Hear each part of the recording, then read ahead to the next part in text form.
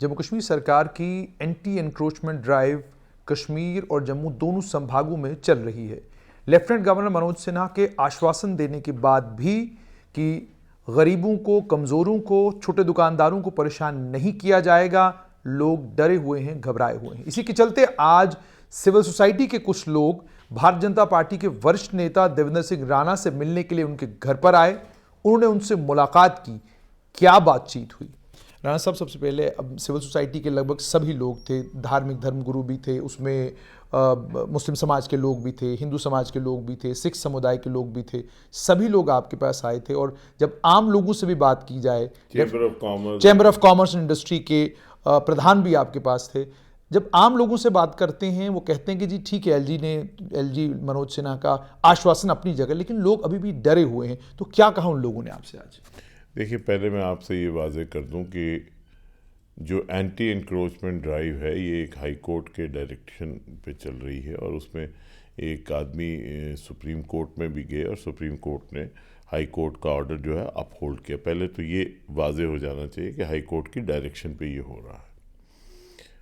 और दूसरी बात यह है कि माननीय लेफ्टिनेंट गवर्नर साहब ने आज से 2 महीने पहले ये वाज़ेह कर दिया कि गरीब आदमी को छुआ नहीं जाएगा और जो बड़े मगरमच्छ हैं और जो बड़े लैंड ग्रैबर्स हैं, जो पॉलिटिकल लोग हैं, बड़े लोग हैं या इन्फ्लुएंशियल लोग हैं या अमीर लोग हैं, उनको जिनमें इंक्रोचमेंट जिन्होंने की उनको बख्शा नहीं जाएगा। ये तो साफ उन्होंने कर दिया। अब कल एक नोटिस इरिगेशन डिपार्टमेंट ने निकाला, क्योंकि ये बाकी तो अफवाहें हैं, कोई नोटिस टोटल 12 लोगों को आज डिवीजनल कमिश्नर साहब ने बताया कि केवल 12 लोगों को जम्मू डिस्ट्रिक्ट में नोटिस इशू हुआ है और 13 नहीं हुए, 12 लोगों को नोटिस इशू हुए हैं और वो भी जिनके पास large chunks of encroach land है और उसके अलावा कोई नोटिस नहीं। लेकिन इरिगेशन ने कोई अपनी कनाल के आसपास के एरिया के लिए नोटिस इशू किए अलोंग द कनाल, तो काफ़ी ज़्यादा नोटिस इशू किए और उसकी वजह से लोगों में एक हड़कंप सी मच गई। क्योंकि जब माननीय लेफ्टिनेंट गवर्नर साहब ने आश्वासन दिया था, उसके बाद डिवीजनल कमिश्नर ने आश्वासन दिया और डिस्ट्रिक्ट मजिस्ट्रेट्स ने अपने अपनी डिस्ट्रिक्ट्स में आश्वासन दिया कि सरकार की हिदायत के मुताबिक गरीब आदमी को हाथ नहीं लगाया जाएगा, किसी की जिसकी अपनी रिहाइश है, जिसका कोई व्यवसाय है, उसको तंग नहीं किया जाएगा। छोटा व्यवसाय जो है और छोटा जिसके पास ज़मीन का टुकड़ा है और या जो कोई खेती बाड़ी छोटी कर रहा है, उसको तंग नहीं किया जाएगा। तो इस इरिगेशन डिपार्टमेंट के रेवेन्यू डिपार्टमेंट से केवल 12 नोटिस गए हैं। जो इरिगेशन डिपार्टमेंट के नोटिस है ये काफ़ी लोगों को गए जो कनाल के आसपास रहते हैं और उससे एक हड़कंप सी मची, जिसके चलते आज सुबह सिविल सोसाइटी के मोअज़्ज़ीन जम्मू शहर के मेरे पास तशरीफ़ लाए सुबह और उन्होंने अपनी संवेदना जो है वो मेरे सामने प्रकट की और बड़ी लंबी हमने उस पर चिंतन बैठक की और बातचीत की और उनसे ये कहा कि हमें पहले तो जम्मू का जो अपना एक इथॉस है और जो उसका कैरेक्टर है, जो हमारा डोगरा कैरेक्टर है, चरित्र है हमारा, जो हमारा कल्चर है, हमारा हेरिटेज है, उसको हमें रखना है और उसमें सिविल सोसाइटी को एक रोल प्ले करना है और आपस में एक समन्वय बनाना है, कोऑर्डिनेशन बनानी है, ताकि कोई भी ऐसी ताकत ये ना करे कि हमारे बीच में अपने वेस्टेड इंटरेस्ट के लिए बीच में आके हमारे में खलल डाल के अपना फ़ायदा उठाए। क्योंकि ये जो जितनी भी एक्टिविटी हो रही है उसमें कुछ ऐसे वेस्टेड इंटरेस्ट भी हैं जो अपनी कोताहियों को छुपाने के लिए आम आदमी को एक्सप्लॉइट कर रहे हैं, जिसको किया नहीं जाएगा। जो सरकार ने बड़ा वाज़ेह कर दिया है कि बड़े जो लोग हैं उनको छोड़ा नहीं जाएगा अगर वो इंक्रोचर हैं, और जो छोटे हैं उनको टच नहीं किया जाएगा। और आज इरिगेशन का भी जो मसला है वो भी हमने टेकअप किया और उस पर कैटेगोरिकली डिविजनल कमिश्नर साहब ने सरकार की तरफ से ये कह दिया कि कोई भी आदमी जो कमज़ोर वर्ग से है, गरीब है, जिसका स्मॉल होल्डिंग है या कोई छोटा दुकानदार है, उसको हाथ नहीं लगाया जाएगा और बाकियों को बख्शा नहीं जाएगा। तो अब मुझे लगता है कि इसमें कोई ऐसी बात नहीं है और इरिगेशन के नोटिस पे भी उन्होंने कहा कि हमने महकमे को हिदायत दे दी कि वो ये जो नोटिस हैं उनको भी उनको ख़त्म किया जाए। उसके अलावा राणा साहब, लोग ये कह रहे हैं कि 18 कॉलोनीज़ ऑलरेडी जम्मू में रेगुलराइज हो चुकी हैं। सरकार ने भी दूसरी तरफ से ये कहा कि 5 से 15 मरले को लेकर हम एक स्कीम लेकर आ रहे हैं। ये वादा सरकार ने हाई कोर्ट में भी किया हुआ है, जिसमें रोशनी मामले में जो उन्होंने अपनी याचिका दायर की है, रिव्यू पिटिशन दायर की है। तो आपसे जानना चाहूँगा, क्या सरकार से किसी लेवल पर आपकी बातचीत हुई हो, या आप अपनी तरफ से सरकार को क्या सुझाव देना चाहेंगे कि क्या वे आउट निकाला जाए जिसमें कम से कम ये छोटे लेवल के जो लोग हैं, 5 से 15 मरले वाले जो लोग हैं, कम से कम इनके लिए कोई रास्ता निकल सके? देखिए, मैं ये जो आप कह रहे हैं कि उन्होंने कोई रिव्यू पिटीशन, मैं कोई अथॉरिटी नहीं हूँ। एक तो I am not the government और ना ही मैं गवर्नमेंट की तरफ से ऑथोराइज हूँ बात करने के लिए। लेकिन लोग आपको बड़ा गंभीर लेते हैं, और जब आप कोई बात करते हैं लोग ये मानकर चलते हैं कि लोग इसको बड़ी गंभीरता के साथ आपकी बात को लेते हैं। तभी मैंने आपसे पूछा। नहीं, इसीलिए मैं आपसे कह रहा हूँ कि मैं कोई गैर जिम्मेदाराना बात नहीं करना चाहता। मुझे नहीं मालूम कि क्या रिव्यू पिटीशन सरकार ने पेश किया, लेकिन माननीय लेफ्टिनेंट गवर्नर साहब ने 3 ऑफिशियल फंक्शंस में रिपीटेडली कहा कि गरीब आदमी को टच नहीं किया जाएगा। अब वो 5 कहा या 15 कहा वो मुझे मालूम नहीं है, और अगर आप कह रहे हैं कि रिव्यू पिटीशन, तो उसके बारे में मुझे कोई नॉलेज नहीं है। लेकिन एक बात बिल्कुल वाज़ेह है कि गवर्नमेंट का इंटेंट बड़ा क्लियर है। वैसे मैं आपको बताऊं कि मैंने ये कभी कहा नहीं, लेकिन 2 महीने पहले मेरा जब ये नोटिसेस यहाँ कठुआ और सांबा के लोगों को आए थे, तो मैंने माननीय लेफ्टिनेंट गवर्नर साहब से बात की थी और उन्होंने बिल्कुल वाज़ेह किया था कि किसी गरीब आदमी को हाथ नहीं लगाया। तो गवर्नमेंट बहुत क्लियर है इस मामले में कि किसी भी गरीब आदमी को, अब हो क्या रहा है, एक जगह मुजाहरा हुआ, कहा जी 3200 नोटिस आए हैं, एक नोटिस नहीं गया है। और जो मुजाहरे को लीड कर रहे थे, आप वीडियो फुटेज देखिए, वो 5-6 आदमी हैं जो लैंड ग्रैबिंग में इन्वॉल्व हैं और वो उसमें शोर डाल रहे थे। उन्होंने लोगों को डरा दिया कि भाई ये भी एक तरीका है अपने आप को प्रोटेक्ट करने के लिए। इन लोगों को प्रवोक किया जा रहा है, उससे भी बचाव करने की ज़रूरत है। गवर्नमेंट बड़ी क्लियर है। आज डिवीजन कमिश्नर साहब ने बड़ा क्लियर कह दिया और रिस्पॉन्सिबली एक सिविल सोसाइटी के जत्थे के सामने कहा, जिसमें बड़े रिस्पॉन्सिबल लोग थे, कि बिल्कुल हमारे पास क्लियर हिदायत है। हमने नीचे क्लियर हिदायत दे दी कि किसी को टच नहीं किया जाएगा। अब आपने कहा कि रेगुलराइज की हैं, देखिए आपने कहा इसमें क्या सुझाव है। सुझाव बहुत हो सकते हैं। पहली चीज़ है कि गवर्नमेंट का इंटेंट क्या है, नंबर 1। नंबर 2, ये भी ज़रूरी है कि वो शनाख्त की जाए उन अंसर की जो खाम में यहाँ एक बदअमनी और वो बदअमनी फैला रहे हैं, ये कह कि जो ज़मीनें खाली हो जाएंगी, ये हो जाएगा, वो हो जाएगा।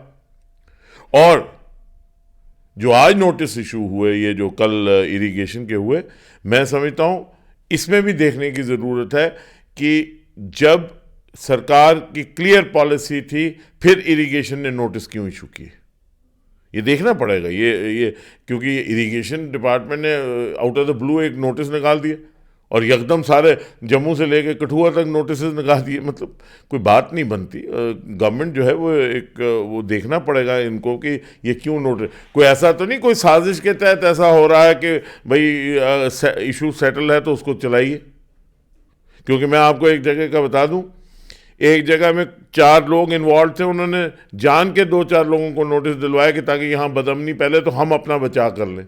तो ये भी हो रहा है, तो इसलिए थोड़ा सा इसमें मुतहद। लेकिन डिवीजन कमिश्नर साहब ने बड़ा क्लियरली ये मैसेज दिया। और सबसे बड़ी बात यह है कि माननीय लेफ्टिनेंट गवर्नर साहब ने जब खुद कह दिया है और बार बार ऐलानिया, आज से 2 महीने पहले, 1.5 महीना पहले सरकारी 2 फंक्शंस में और एक प्रेस कॉन्फ्रेंस में ये वाज़ेह कर दिया है, तो फिर गुंजाइश ही कहाँ रही। हाँ, आज गुंजाइश बनी क्योंकि नोटिस आया। उस गुंजाइश को गवर्नमेंट ने फौरी तौर पे एड्रेस किया। जब हमने ये सिविल सोसाइटी के लोग जब आज डिवीजन कमिश्नर को मिले तो क्लियर हो गया। आखिर में मुझे ये बताइएगा, ये जो इविक्शन ड्राइव चल रही है, इसको लेकर कश्मीर घाटी के जितने भी नेता हैं, उसमें महबूबा मुफ्ती हों, उमर अब्दुल्ला हों, सज्जाद गनी लोन हो, तीनों ये कह रहे हैं कि हमें समझ नहीं आ रहा, ये एक विशेष वर्ग को, एक धर्म, एक समुदाय के लोगों को निशाना बनाया जा रहा है। कैसे? ये वो बयान दिया। कैसे? कैसे?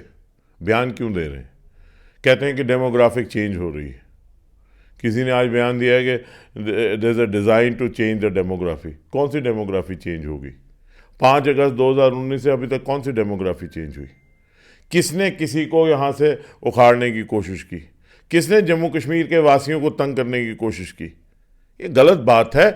बेसिकली जो पॉलिटिकल लोग हैं उनको भी रिस्पॉन्सिबली एक्ट करना पड़ेगा।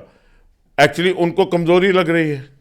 अब कश्मीर के कुछ नेता कहते हैं जम्मू वालों आपको मिल गया जो चाहिए था, हो गया सवाल। बेसिकली वो जम्मू की पॉलिटिकल एम्पावरमेंट हुई है 5 अगस्त 2019 के बाद, और अब जम्मू कश्मीर का फैसला जो है वो जम्मू से होगा, और वो शायद बर्दाश्त नहीं हो रहा। और किस एक वर्ग को की बात की जा रही है? जो नोटिस इशू हुए उनको देखिए, हर वर्ग को इशू हुए। Rule of law shall prevail and must prevail in this matter. अब ये तो नहीं हो सकता कि आपने लैंड एनक्रोचमेंट की है, अब आप कहेंगे जी डेमोग्राफी चेंज हो गई क्योंकि वहाँ वो हुआ। तो फिर जैसे कश्मीरी पंडित वहाँ से आए थे और जिन लोगों ने उनकी ज़मीन कब्जा की, तो वो नहीं डेमोग्राफिक चेंज हुई थी। ये गलत बातें हैं, ये ऐसे बात मत करें। अब ये इसको सेंसेशनलाइज करना चाहते हैं। राहुल गांधी जी ने कह दिया Jammu Kashmir has got bulldozer instead of love and care, और लव एंड केयर नहीं है। 5 अगस्त 2019 से आज तक देखिए हालात सामान्य हैं। वो वहां बर्फ के साथ खेल रहे थे। टेररिज्म पे तो कोई लिहाज नहीं होगा भैया, नहीं होना चाहिए। यहां सारा इकोसिस्टम डिस्ट्रॉय किया गया। क्या टेररिज्म के ग्राफ को नीचे लाने के लिए जो सख्ती करके इकदाम उठाए गए, और सख्त इकदाम, ठोस इकदाम एक दृढ़ निश्चय के साथ उठाए गए, क्या वो जम्मू कश्मीर की बेहतरी के लिए नहीं? क्या जम्मू कश्मीर का आम नागरिक चाहता है यहां बंदूक का राज हो? ये लोग वहां जो बैठ के बातें करते हैं, जब लोग मर रहे थे, इनके राज में मर रहे थे, ये कहते थे जाइए टॉफियां लेने गए थे। गलत बातें हैं, गलत तरीका है। आज हम तारीख के एक दोराह पे खड़े हैं जहां जम्मू कश्मीर का एक नव निर्माण हो रहा है और राष्ट्र का एक महायज्ञ रचा गया है यशस्वी प्रधानमंत्री माननीय नरेंद्र मोदी जी के द्वारा। उस महायज्ञ में हम सबको आहुति डाल के राष्ट्र को मजबूत करना चाहिए। हम विश्व गुरु बनने, ऐसी ताकतें हैं हमारे सिस्टम के अंदर और सिस्टम के बाहर भी, जो आज भारत की तरक्की को बर्दाश्त नहीं कर पा रहे हैं। और मैं जम्मू के लोगों से भी अपील करूंगा, कोई जम्मू का नुकसान नहीं होगा। और कश्मीर वाले साथियों को भी मैं कह देना चाहता हूं, आप जम्मू की परवाह मत करिए, हम अपना मुस्तकबिल खुद फैसला कर लेंगे। ये जो कश्मीर के पॉलिटिकल लीडर, कश्मीर के आम आदमी, मैंने कल भी कहा, सेकुलर और क्लीन है। ये कुछ चंद नेता हैं जो इसमें चाहते हैं कि इस खिचड़ी को खराब करें, वो होने नहीं देंगे।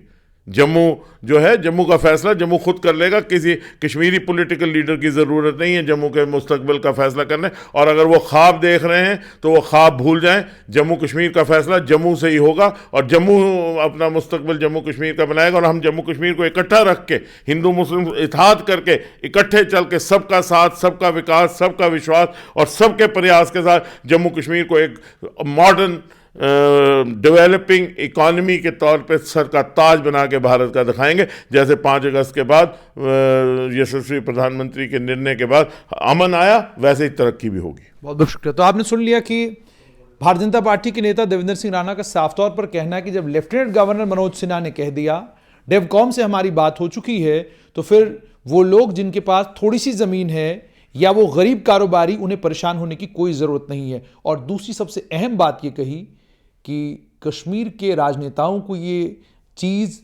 चुभने लगी है कि कल तक जो फैसले कश्मीर से हुआ करते थे अब जम्मू से हो रहे हैं, ये शायद उन्हें बर्दाश्त नहीं हो रहा।